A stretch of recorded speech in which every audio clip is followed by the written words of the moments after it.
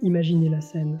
Monique, 72 ans, arrive à l'aéroport en pensant avoir tout bien préparé, et pourtant, avant même d'embarquer, elle doit payer des frais supplémentaires et gérer un stress qu'elle aurait pu éviter. Son erreur? Avoir gardé les mêmes habitudes de voyage qu'il y a 10 ou 15 ans, alors que les règles dans les aéroports ont beaucoup changé. Aujourd'hui, de nombreux voyageurs, surtout les seniors, mais pas seulement, tombent dans des pièges discrets qui coûtent du temps, de l'argent et beaucoup d'énergie. Et le pire, c'est que ce ne sont pas forcément des erreurs évidentes. Ce sont justement celles que font aussi les voyageurs expérimentés. Voici les 9 erreurs les plus fréquentes à éviter avant un vol en France et en Europe. Erreur numéro 9. Ne pas faire l'enregistrement en ligne. Beaucoup de voyageurs préfèrent encore tout faire au comptoir. C'est compréhensible. Mais aujourd'hui, dans la plupart des compagnies aériennes, l'enregistrement en ligne est devenu une étape presque indispensable. Ne pas le faire peut vous faire perdre du temps, compliquer votre passage à l'aéroport et dans certains cas vous exposer à plus de stress si le vol est très chargé. Sur certaines compagnies, cela peut aussi entraîner des frais supplémentaires, surtout sur les compagnies low cost. Faire l'enregistrement en ligne dès son ouverture permet de confirmer sa présence, de récupérer sa carte d'embarquement et souvent de mieux sécuriser son voyage. Le bon réflexe, mettez une alarme 24 heures ou 48 heures avant le départ, selon la compagnie, et faites votre enregistrement dès que possible. Erreur numéro 8. Rangez ses documents dans une petite pochette qu'on pose partout: passeport, carte d'identité, carte d'embarquement, téléphone, carte bancaire. Beaucoup de voyageurs mettent tout cela dans une petite pochette séparée. Sur le papier, cela paraît pratique. En réalité, c'est souvent l'objet qu'on oublie le plus facilement.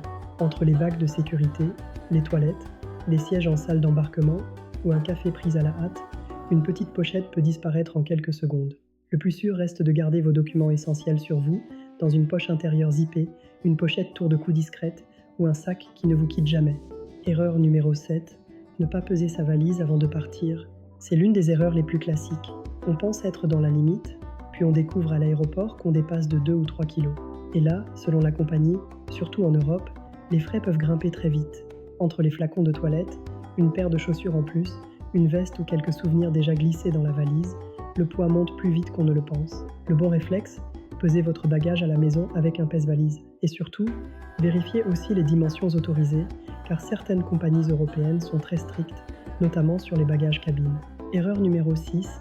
Choisir son siège sans regarder le plan de l'avion. Tous les sièges ne se valent pas. Certains sont collés aux toilettes, d'autres ne s'inclinent pas, d'autres encore ont moins d'espace pour les jambes ou aucun hublot malgré ce qu'on imagine. Sur un vol court, ça peut être supportable. Sur un moyen ou long courrier, cela peut vraiment gâcher le voyage. Avant de valider votre réservation, regardez le plan de la cabine quand c'est possible. Évitez les derniers rangs, les sièges trop proches des zones de passage, et vérifiez si l'emplacement vous convient vraiment. Erreur numéro 5. Emballer sa valise sans réfléchir. Dans certains aéroports européens, on propose encore l'emballage plastique des bagages. Cela peut sembler rassurant, mais ce n'est pas toujours pratique. Si votre valise doit être ouverte pour un contrôle, si vous devez récupérer un document, ou si un agent vous demande de vérifier quelque chose, vous risquez de devoir découper tout l'emballage sur place. Une housse réutilisable ou un cadenas homologué reste souvent une meilleure solution. C'est plus pratique, plus propre et plus simple à gérer.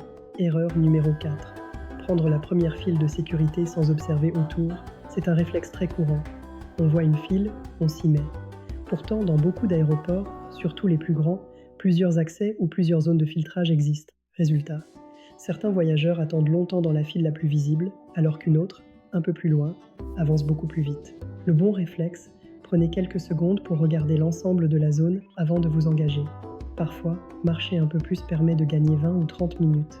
Erreur numéro 3. Mal connaître la règle sur les liquides. En Europe aussi, la règle sur les liquides reste une source énorme de confusion.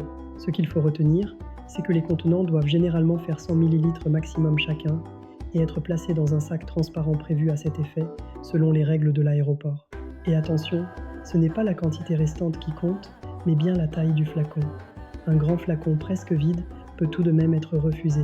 Le bon réflexe: préparez vos liquides à l'avance, en format voyage, et placez-les de manière accessible dans votre bagage cabine. Erreur numéro 2. Traîner trop longtemps dans les boutiques après le contrôle. Une fois le contrôle passé, beaucoup de voyageurs se détendent, parfois un peu trop. Ils regardent les boutiques, prennent un café, flânent et finissent par perdre la notion du temps. Dans les grands aéroports, surtout à Paris, Amsterdam, Madrid, Francfort ou Barcelone, Rejoindre la porte d'embarquement peut prendre bien plus de temps qu'on ne l'imagine. Le bon réflexe. Vérifiez d'abord où se trouve votre porte, le temps nécessaire pour l'atteindre, et gardez un œil constant sur l'heure. Faire les boutiques, oui, oublier l'embarquement, non. Erreur numéro 1. Refuser l'assistance aéroportuaire alors qu'on en a besoin. C'est probablement l'erreur la plus sous-estimée. Beaucoup de personnes n'osent pas demander une assistance, par fierté, par gêne, ou parce qu'elles pensent que ça ira. Mais dans les grands aéroports français et européens, il faut parfois marcher énormément entre l'entrée, le contrôle de sécurité et la porte d'embarquement. Pour une personne fatiguée, stressée, douloureuse ou à mobilité réduite, cela peut devenir très pénible avant même le début du voyage. En France comme dans l'Union européenne, il existe des services d'assistance pour les passagers à mobilité réduite ou en difficulté. Ils peuvent être demandés à l'avance auprès de la compagnie ou de l'aéroport. Il n'y a aucune honte à demander de l'aide. Au contraire, c'est souvent la meilleure façon de voyager plus sereinement. Au fond, ces erreurs ont toutes un point commun. Elles viennent d'habitudes anciennes dans un environnement qui a changé. Les aéroports d'aujourd'hui sont plus rapides, plus stricts, plus automatisés et parfois moins tolérants envers les voyageurs mal préparés. La bonne nouvelle, c'est qu'avec quelques réflexes simples, vous pouvez éviter la plupart de ces pièges et voyager beaucoup plus sereinement.